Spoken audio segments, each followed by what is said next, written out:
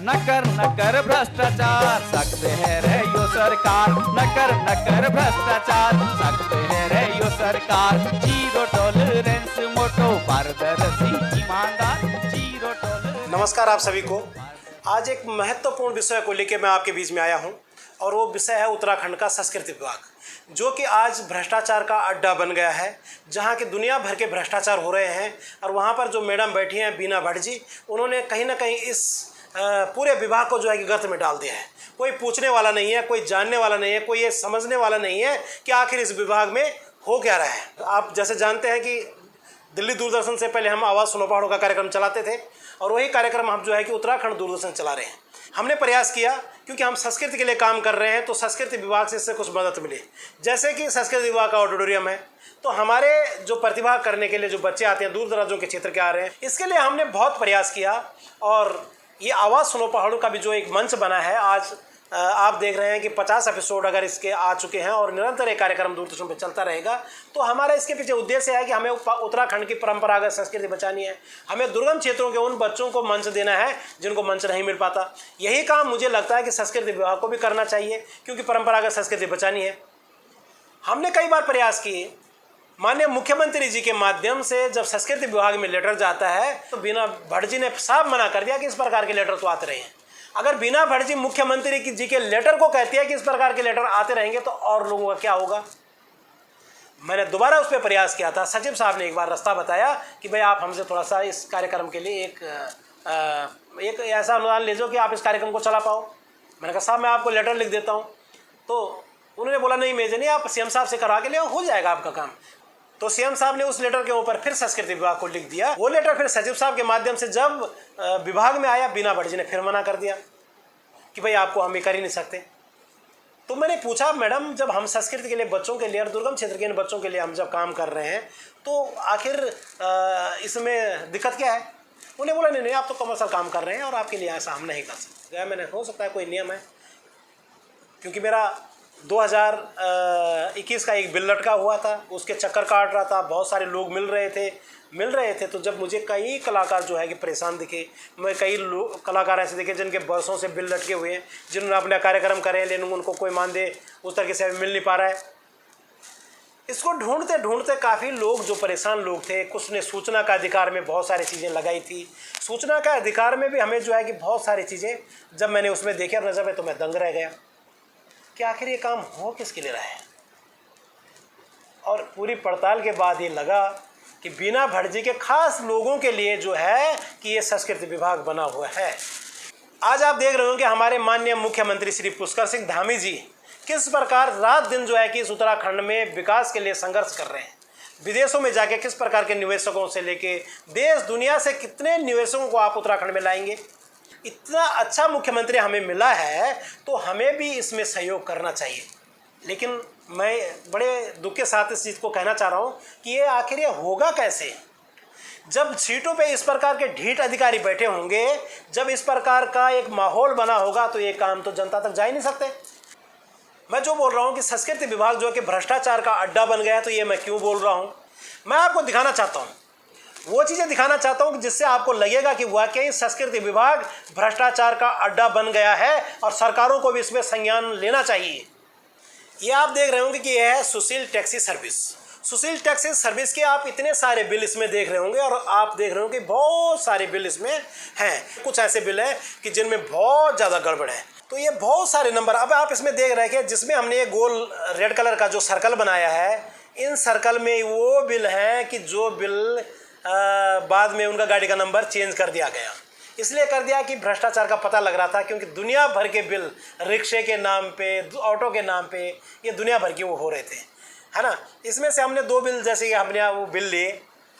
अब आइए ये देखिए, एक है UK 07 TA 4450, ये बिल है और ये बिल है 3650 का। एक दूसरा बिल है उसी नंबर का UK 07 TA 4450 और इसका है 24,296 रुपये का। ये इतने सारे बिल, ये देख रहे हैं आप स्क्रीन पे देख रहे हैं कि कितने सारे ये बिल हैं। इनमें से 2 बिल जैसे हमने आपको दिखाई है कि पहला बिल दिखाया 3,630 रुपये का और दूसरा 24,296 रुपये का। इन बिलों को आइए एक बार फिर आपको दिखाते हैं। UK 07 4450 जिसका कि 24,000 ₹296 का बिल है। दूसरा बिल वही UK07 4450, और इसका जो है कि फिर ₹3630 का। ये गोल सर्कलों में आप देख रहे हैं। और ये देखिए इनोवा गाड़ी दिखाई जा रही है और लिखा जा रहा है गंगोत्री धाम। गंगोत्री धाम में आयोजित कार्यक्रमों में के दौरान वाहन का प्रयोग किया गया। तो ध्यान रखना इस बात को, मैं भी आपको कुछ आगे और समझाने वाला हूँ। लेकिन गंगोत्री धाम में वाहन का प्रयोग कार्यक्रम के वास्ते किया गया था। नंबर याद रखना UK07 TH 4450 गंगोत्री गए हैं। दूसरा बिल आप देख रहे हैं। दूसरा बिल जो है कि उसमें जगह प्रमाणित किया जाता है कि वाहन निर्देशक महोदय के प्रयोग में शासकीय कार्यक्रम में रहा है। खुद निर्देशक इस वाहन में घूम रही है, इनोवा में। इनोवा आप देख सकते हैं कि ऊपर जो है कि ये इनोवा लिखा हुआ है, इनोवा गाड़ी है ये, ठीक है। लेकिन इस इनोवा का जब हमने पता किया और RTO से जब इसकी रिपोर्ट निकाली तो RTO में देख सकते हैं ये है registration number UK07 TA 4450, UK07 TA 4450।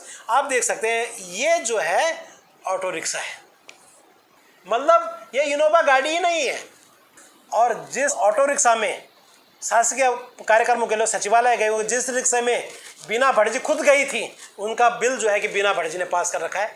ये है भ्रष्टाचार। कई प्रकार के नकली बिल जो है कि यहाँ पर बनाए जा रहे हैं, नकली बिलों का जो है कि यहाँ पर भुगतान हो रहा है। लेकिन जो असली के कार्यक्रम है, जो असली का जो ज़मीनी स्तर के काम कर रहे हैं या जो लोग बोलने वाले हैं, उन लोगों को मौका नहीं दिया जा रहा है। तो कहीं ना कहीं उत्तराखंड के लोगों को इसके लिए सजग होना पड़ेगा, जागना पड़ेगा। आइए आपको इसके अतिरिक्त एक दूसरा प्रकरण दिखाते हैं। ध्यान से देखिए इन वीडियो को। इस गाड़ी पे उत्तराखंड सरकार लिखा हुआ है और ये सरकारी गाड़ी है और ये संस्कृति निर्देशालय है। देखिए इस गाड़ी में ऑफिस के पत्थर लोड हो रहे हैं और यहाँ से जो ये पत्थर आप देखिए, ये 1-2 अधिकारी हैं जो कि संस्कृति विभाग के हैं। और उसके बाद जो है कि ये देखिए पेज पलटा और ये है बीना भटजी का घर। संस्कृति विभाग के पत्थर बीना भटजी के घर ले जाए जा रहे हैं, वो भी सरकारी गाड़ी में। आप समझिए, सरकारी गाड़ी में का दुरुपयोग होके, क्योंकि घर का काम करवाना है तो टेंडर कहाँ पड़े हुए हैं संस्कृति विभाग के मरम्मत के कामों के। तो ये ऐसा होता है कि टेंडर ऑफिस के होते हैं, काम ऑफिस के होते हैं, लेकिन सारा इस माध्यम से जो कि बीना भट्ट बखूबी जानते हैं कि कैसे पूरे उसको करना है। आप देखिए कि कितने लोगों ने वहाँ पे टेंट पंडाल का काम किया होगा, कितने लोगों का अन्य काम करे होंगे, क्योंकि फिक्स है चाहिए थे साहब, टेंडर पड़े हुए हैं। लेकिन उसके हिसाब से सामान मंगाया जाता है और सामान वहाँ से फिर पुनः जो है कि घर में शिफ्ट किया जाता है। उन्हीं लोगों के माध्यम से जिन लोगों का वहाँ टेंडर दिए जाते हैं वही घर का काम कराते हैं। आप ये देख सकते हैं। ये आदमी विभाग का तो कोई है नहीं, मुझे नहीं पता कौन है, लेकिन अगर ये विभाग का नहीं है तो ये संस्कृति विभाग के सरकारी ऑफिस में इस प्रकार का रिकॉर्ड खंगालने का अधिकार आखिर इन लोगों को किसने दे दिया? ये देखिए, अपने मन मुताबिक बिल को निकाल के, कुछ कागजों को निकाल के, जो समझ नहीं आया फिर दूसरा करके, क्योंकि मन मर्जी है साहब। बिना भटजी के खास चाहते हैं, है ना, क्योंकि भ्रष्टाचार का तो मेन अड्डा है वो, तो उनके खास चाहते हैं तो कुछ भी कर सकते हैं। इन लोगों के लिए काम है, हम जैसे लोगों के लिए नहीं काम। हम कितना भी काम कर लें, कितना भी उत्तराखंड की संस्कृति की बात कर लें, कलाकारों की बात कर लें, बच्चों की बात कर लें। अब आप देखिए, वो जो आदमी वहाँ बैठा था, यहाँ पर ये बिना भटजी के साथ खड़ा है उनके घर पे। आप देख रहे हैं बिना भटजी का घर का काम चल रहा है। ये विभाग में भी काम कर रहे हैं और बिना भटजी के घर का भी काम करवा रहे हैं। कायदे से जो सरकारी विभाग के टेंडर वो अधिकारी के घर के आसपास भी नहीं दिखना चाहिए, लेकिन यहाँ तो अंधेर गर्दी है। यहाँ पर प्रॉपर जो है कि बिना भटजी के घर का काम कराया जा रहा है। आप देख रहे हैं कि ये है मैडम बिना भटजी, जिनको पता है। ये कितनी खुश है, देखो कितने हंसती हुई जा रही हैं, वाह क्या बात है, बहुत बढ़िया। अब देखिए, और लेबरों का जो घर का काम कराने का भुगतान जो है कि वो टेंडर, जो टेंट पंडाल वगैरह के जो टेंडर ऑफिस में लेते हैं, वो देखो ये देखिए, ये पैसे देते हुए ये पैसे दिए जा रहे हैं।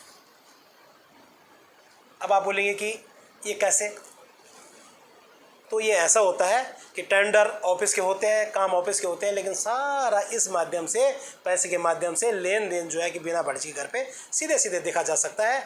और मुझे लगता है कि जनता को इसमें संज्ञान लेना चाहिए, क्योंकि आप देखिए कि कितने लोगों के आज तक, जब से बिना भट्ट डायरेक्टर बने, कितने लोगों ने वहाँ पे टेंट पंडाल का काम किया होगा, कितने लोगों का अन्य काम करे होंगे, क्योंकि फिक्स है चाहिए थे साहब। ये देखिए, ये देखिए, चलिए थोड़ा सा घर के अंदर ले जाते हैं, क्योंकि ये भी टेंडर इस टाइम जो है कि जब ये सारी चीज़ें हो रही थी तो घर का काम चल रहा था। आप देखिए विभाग का सामान मैडम के घर पहुंच रहा है। ये देखिए,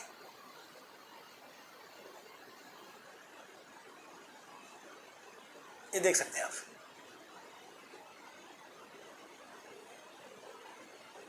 वाह, आखिर कैसे भला होगा उत्तराखंड की संस्कृति का, कैसे हम संस्कृति को बचा पाएंगे, क्योंकि हमने ऐसे लोगों को इन सीटों पर बिठा रखा है जो बड़े ढीठ हैं, जो किसी की सुनते ही नहीं हैं। तो इस प्रकार का एक जो प्रकरण है वो उत्तराखंड का बड़ा निराशाजनक है, बड़ा ऐसा है। और मुझे लगता है कि ये जिसके भी संज्ञान में आए उसको इसके खिलाफ आवाज़ उठानी चाहिए। इस वीडियो को ज़्यादा से ज़्यादा शेयर करना चाहिए, ताकि दूर दराज जितने कलाकार हैं, जो लोग हैं, जो आज तक जिनकी कोई मदद नहीं पहुंच पाई, वो लोग भी समझे कि आखिर उनके लिए जो विभाग बना है, उन परंपरागत चीज़ों के लिए जो विभाग, आखिर वो विभाग कर क्या रहा है, आखिर परंपरागत संस्कृति बचेगी कैसे। अब ये देखिए, ये देखिए सरकारी ऑफिस का रिकॉर्ड खंगालता हुआ, ये भी बहुत चहेते हैं बिना भर्जी के।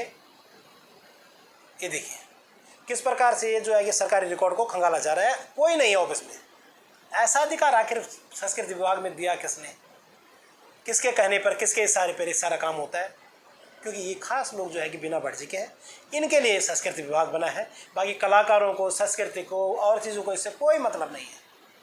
कोई आवाज़ उठाने वाला नहीं है, कोई बोलने वाला भी नहीं है, क्योंकि संस्कृति कर्मी कलाकारों में तो इतना वो बेचारे क्या करेंगे। मैं मात्र ये छोटा सा एक वीडियो आपके बीच में डाल रहा हूँ। मेरे पास बहुत सारे प्रमाण हैं, और ये प्रमाण मैंने नहीं, लोगों से आए हैं।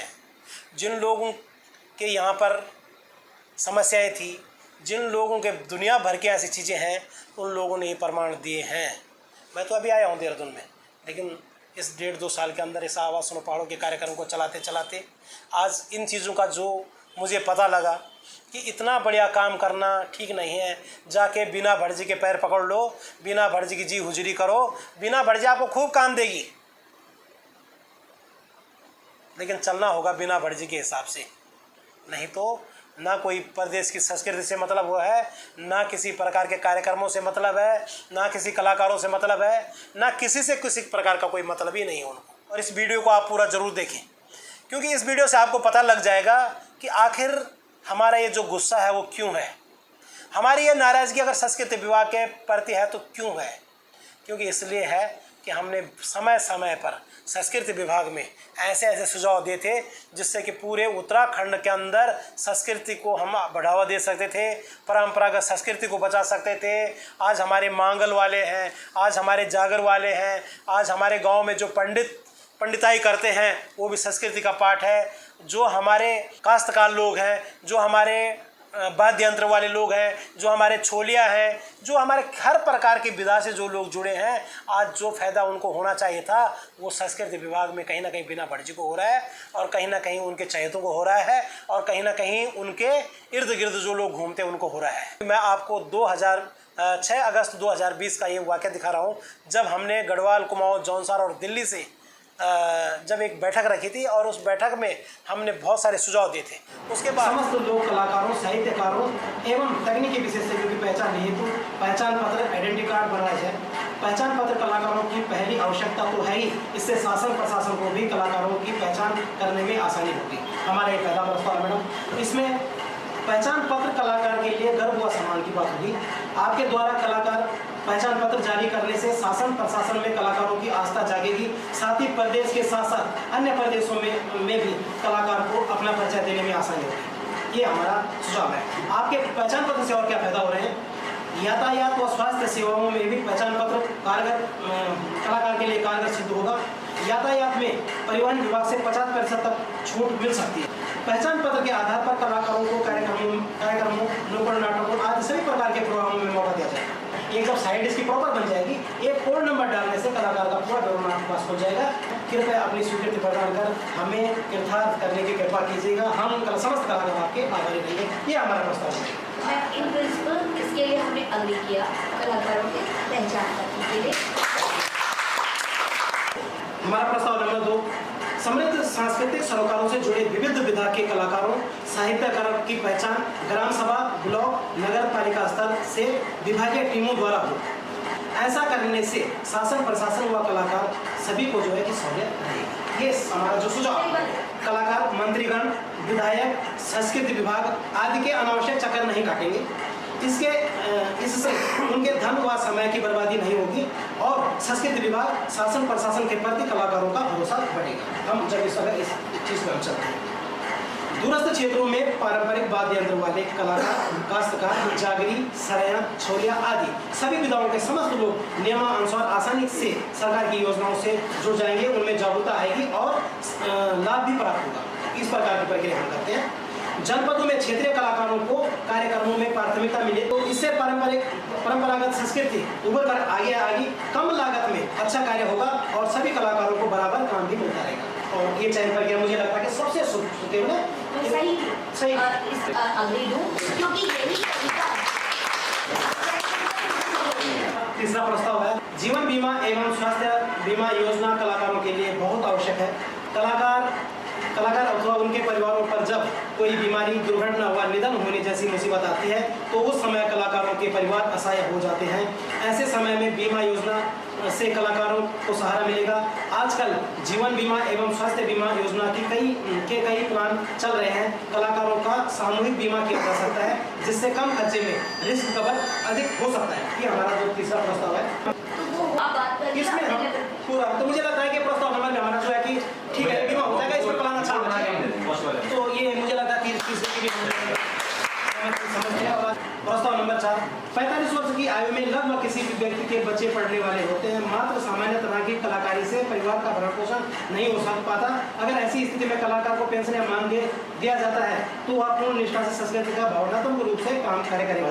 पर्वतीय क्षेत्रों में पारंपरिक वाद्य यंत्र वाले कलाकार, काश्तकार, जागरी, सरया, छोलिया आदि को 45 वर्ष की आयु में पेंशन या मानदेय का लाभ प्राप्त होगा तो परंपरागत संस्कृति विलुप्त होने से बची रहेगी। लोगों में अपने काम के प्रति जागरूकता आएगी और वह पीढ़ियों से चले आ रहे अपने कामों को, रीति रिवाज को पूर्ण निष्ठा से करेंगे। हमने आज तक स्वाभिमान के लिए काम किया है, हम स्वाभिमान की तरह बात करेंगे। प्राइवेट काम होते हैं और प्रोग्राम होते हैं। मुझे लगता है कि आज संगठन के माध्यम से मैं ये दावे के साथ कर सकता हूँ कि आपकी आधी बगाओं को हम अपने साथ ले लेंगे।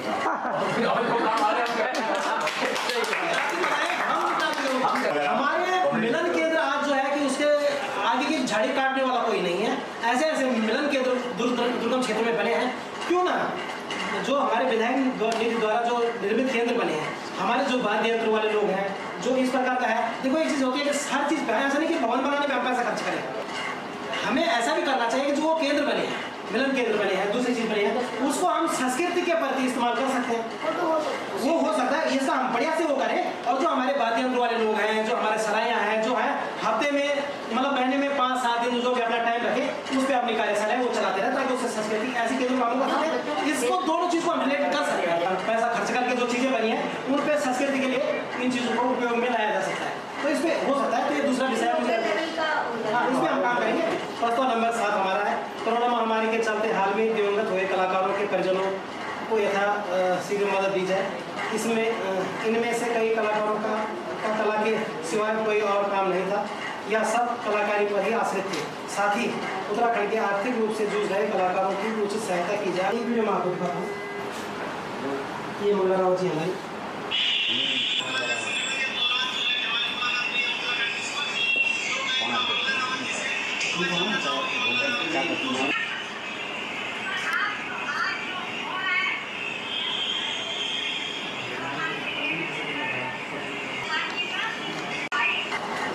मैडम, मुझे लगता है कि एक दो बातें छोड़ के मुझे लगता है कि सारी बातें आपने हमारी रखी हैं। ये एक दो बातें छोड़ के तो मैं रिपीट करना चाहूँगी कि जिस बात पे मैंने सहमति भी दी है और आपकी बात में ये चीज़ें आई है, अगर कुछ छूट जाए तो मुझे याद दिला दीजिएगा। पहली चीज़ तो आइडेंटिटी कार्ड्स का, आइडेंटिटी कार्ड्स पे इन प्रिंसिपल हाँ।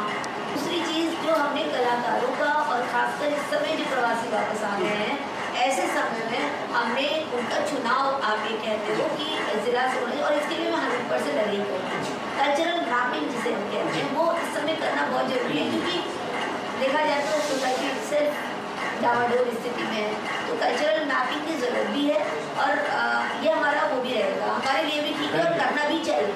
तो कल्चरल मैपिंग में हम एक ग्रुप बना लेते हैं हर ज़िले के लिए। तीसरी चीज़ जो आप ये कह रहे थे ना आगे के लिए वर्कशॉप्स, वो मुझे बिल्कुल मंजूर है और मैं करूँ, क्योंकि ये समय ही होता है, इसके लिए हमें करना है, हम उस पर लगते हैं इस काम को।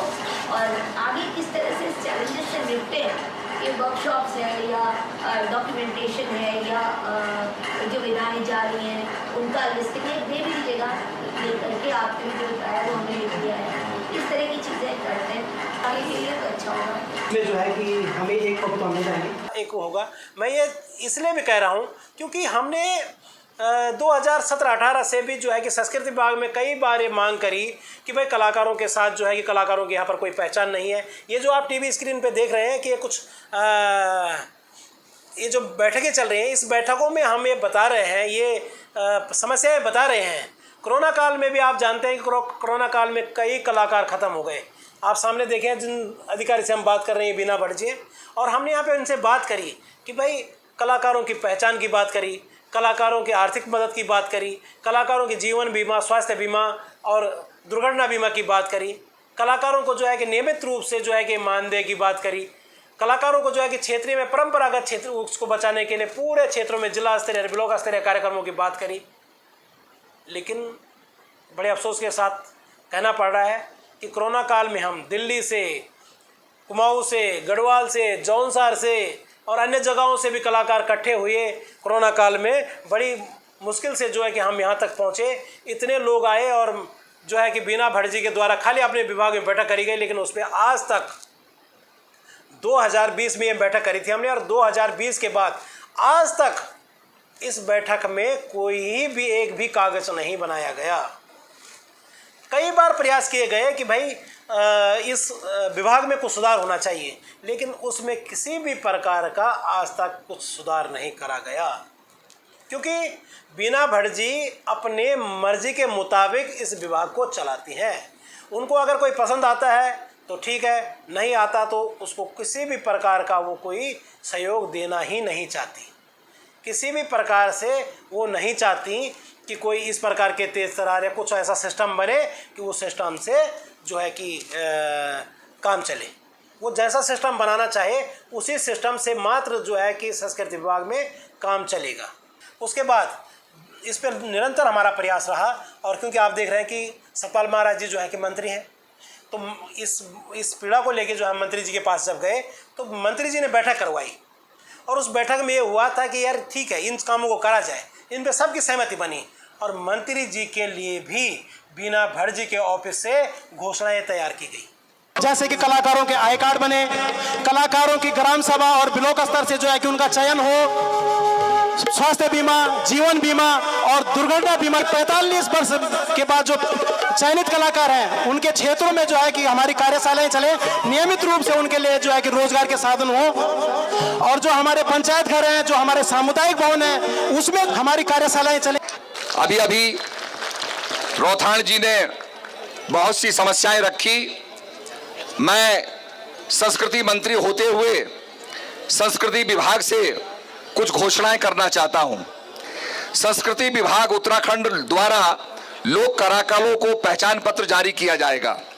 यह पहचान पत्र इसी प्रकार का होगा जैसे ड्राइविंग लाइसेंस होता है, जिसमें कलाकार का आधार नंबर, पैन नंबर, आय एवं सभी विवरण उसमें उपलब्ध होगा, जिससे यह परिचय पत्र कलाकारों को अन्य सुविधाएं उपलब्ध कराने में सहायक सिद्ध होगा। कलाकारों को पहचान के लिए ये दूसरी घोषणा है। कलाकारों की पहचान हेतु ग्राम सभा, ब्लॉक एवं नगर पालिका स्तर से विभागीय टीमों का गठन किया जाएगा। ऐसे करने से जमीनी स्तर के सही कलाकारों की पहचान होगी। घोषणा नंबर 3, संस्कृति विभाग उत्तराखंड सूचीबद्ध कलाकारों का जीवन बीमा एवं दुर्घटना बीमा कराएगी। घोषणा नंबर 4, 45 वर्ष से अधिक आयु के मूर्धन्य चयनित कलाकारों के माध्यम से उनके निकटवर्ती पंचायत घरों में कार्यशालाएं संचालित कराई जाएंगी, जिससे उन्हें नियमित आर्थिकी की व्यवस्था हो सके। घोषणा नंबर 5, लोक कलाकारों की श्रेणी आकाशवाणी की भांति स्वीकार किया जाएगा। इन कलाकारों को उनकी कला के अनुसार श्रेणीबद्ध किया जाएगा। घोषणा नंबर संख्या 6, संस्कृति विभाग द्वारा निर्माणाधीन प्रेक्षागृह को सांस्कृतिक केंद्र के रूप में विकसित किया जाएगा, जिससे खराब मौसम में ये कलाकार अपनी प्रतिभा का प्रदर्शन कर पाएंगे, अपनी प्रतिभा को दिखा पाएंगे। ये लोक कलाकारों के लिए बहुत ही कल्याणकारी हमने घोषणा की है, और जो उनको समस्याएं होती है पेमेंट्स की, वो भी हल होगी और उनको आगे बढ़ने का मौका मिलेगा। जय भारत, जय उत्तराखंड। हमारा उत्तराखंड का गढ़ रत्न और संस्कृति का एक स्तंभ नरेंद्र सिंह नेगी जी वो हम 2 शब्द पर बोलना चाहना चाहिए तो ये हमारा सौभाग्य है कि ई पीड़ित वर्षों बटू झेलना चाहे जो कि अब शायद समाधान होना चाहिए। तो बहुत बहुत धन्यवाद। एक बार जोरदार तालियों से फिर स्वागत नेगी जी। अभी हमारा कैबिनेट मंत्री सतपाल महाराज जी ने कुछ घोषणा करनी है। क्षेत्र का वास्ता, सड़कों की घोषणा और कलाकारों का वास्ता, जो कि नरेंद्र राठाणन को सुझाव देनी शासन थे और महाराज जी घोषणा एक प्रति अपनी घोषणा करनी। एक वास्ता में आभार व्यक्त कर दो महाराज जी को कि उन कलाकारों का वास्ता कुछ घोषणा करनी है मंच बटी ने। तो हम सभी कलाकार लोग उनकी घोषणाओं को स्वागत करता और महाराज जी थे बहुत बहुत धन्यवाद देना। लेकिन बड़े दुख की बात है कि 2020 में आपने हमें ये विश्वास दिया कि ये काम हम करेंगे और ये काम होना चाहिए।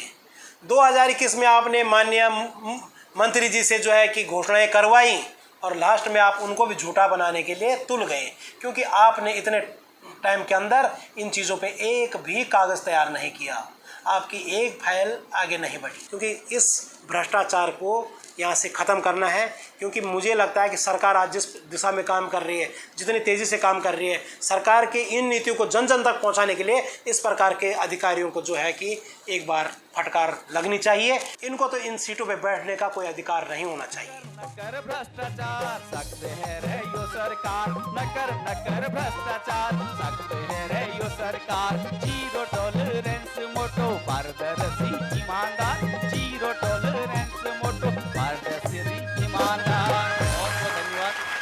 और ये मैं इसलिए नहीं कह रहा हूँ, ये कोई फर्जी बात नहीं है। अभी सरकार ने करीब 50 से अर्ध तक लग चुका है, तो जेल में जा चुके हैं भ्रष्टाचार करने वाले। अब मैं और लोगों से कह रहा हूं कि आप लोग मत करो, आप लोग जेल मत जाओ। एक सभ्य समाज का निर्माण तभी होगा जब हम सभी भ्रष्टाचार के खिलाफ आवाज़ उठाएंगे। अगर हमें भी कहीं पे भ्रष्टाचार होता हुआ दिखता है तो हमको आवाज़ उठानी है वहाँ पे, तभी ये एक कुरीति, ये भ्रष्टाचार जड़ से समाप्त होगा।